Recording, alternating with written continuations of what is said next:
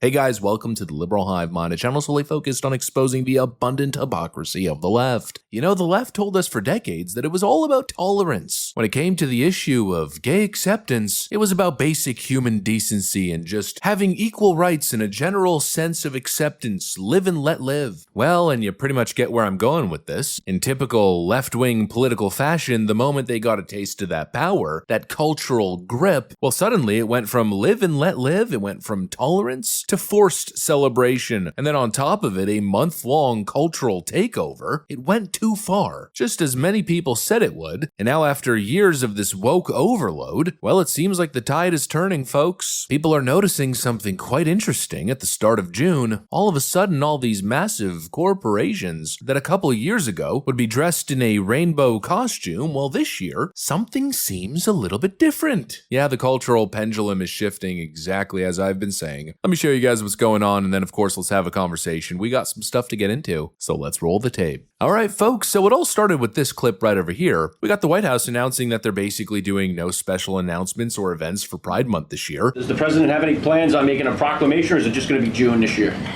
Well, there are no plans for a proclamation for the month of June, but I can tell you this president is very proud to be a president for all Americans, regardless of race, religion, or creed. No proclamation, I guess no Pride disaster like we saw with the Joe Biden administration during that incredibly embarrassing display on the White House lawn. Well, anyways, this administration is handling things a little bit differently, a little more subtle, you might say. Now, the left would, I don't know, be claiming genocide at some point, or that it's somehow an attack, but they've deluded themselves into thinking that basic acceptance means nonstop recognition and feet kissing. This is a president for all people, and you don't need to be doing specific little pander celebrations to whatever group has the strongest cultural lobbying organization. Oh, how at times are a-changin'. And actually, to really demonstrate that point, I got this Asmongold clip that's currently going viral on X. Take a look at what he noticed. No change. Microsoft?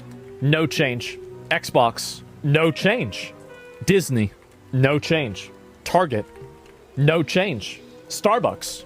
Even Starbucks roached out on the gays? Of all the people that roach out on the gays, you're gonna expect Starbucks to do it? Damn! Wow! Okay, let's see here. Bank of America? No change. Nothing. What about Blizzard? No change. What about World of Warcraft? Also no change. Google? Nothing. Actually nothing. Even the Google homepage. It might actually be over this year. Or not really over, but like the mass corporate support for it might be over. There's no way Overwatch didn't make any posts about Pride. Well, guys, Trump outlawed Pride Month, I guess. It's done. It's over. I mean, they had a good run, right? I mean, it was a good, 4 or 5 years, something like that. And now being gay is illegal. I guess Pride Month is over. And now the follow-up question, of course, is, well, are you surprised? Because I'm not. I mean, let's be really honest about how we got here. I know Asmongold was joking, as if Donald Trump declared Pride Month over, mocking the idea that people on the left claim that Trump's gonna make being gay illegal. That's not where we are. The real tipping point was when the LGBTQ+ lobby started demanding more and more. More representation, more corporate pandering, more time in the classroom to push their agenda on kids. That's when regular people started saying, hold up, this is getting completely and utterly out of hand. Instead of fighting for equality, it feels like it became a push for cultural domination. Every movie, every product, even the month of June had to bow down to the ever-changing rainbow flag. People's favorite movie franchises. Yeah, they're gay now. Hijacked for political messaging. I mean, we all remember the Disney leak during COVID, right? Where Disney executives basically admitted that they were pushing a gay agenda with their content. I'm here as a mother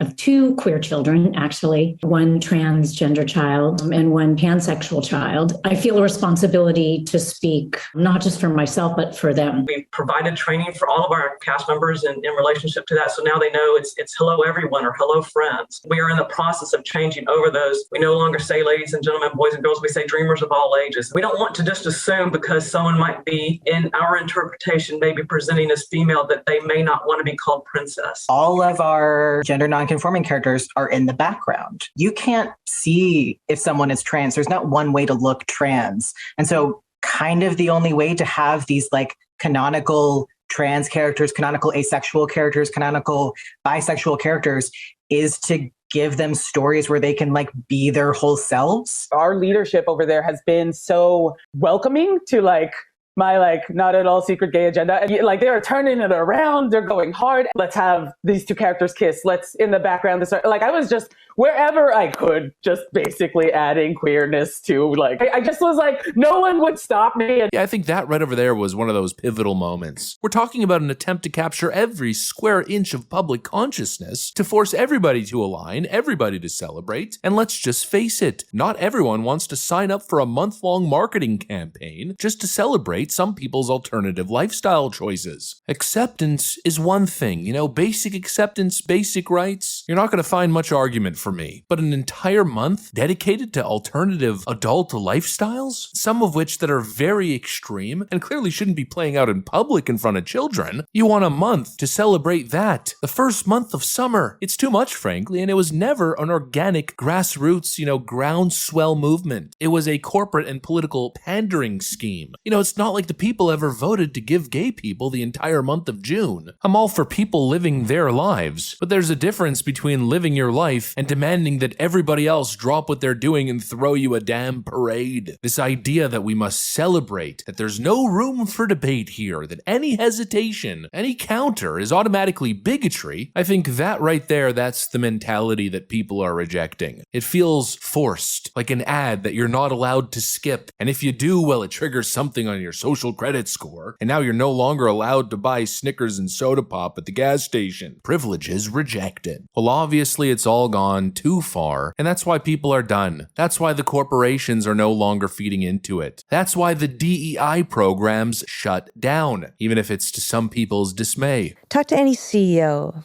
major, Fortune 500 company. They'll tell you that their bottom line, dollar-wise, does better when there's more diversity in the room. But many of these... That's not a bad thing. It's a good thing. It's made us stronger. Many of these companies, though, are ditching their DEI programs. And I don't know why. I don't know why. No, but somebody told her that forced diversity quotas increases the bottom line. Yeah, sure they do, Karen. You keep telling yourself that, but anyways, obviously, there's a reason why the DEI stuff is getting the boot, and why this constant woke pandering is going out the back door with it. Well, firstly, because it probably doesn't sell products anymore, and secondly, because the people are just fed up. Too much, too quick. It's that old saying, if you're given an inch, you shouldn't try to take a mile. Well, at this point, I think the odometer doesn't even work anymore. The mileage is simply beyond its capacity, and now the pendulum swings. Anyways, that's pretty much what I got for you guys on this one. Hopefully you enjoyed the video. If you did, make sure to leave a like and possibly subscribe. Thanks for watching, and I'll see you on the next one.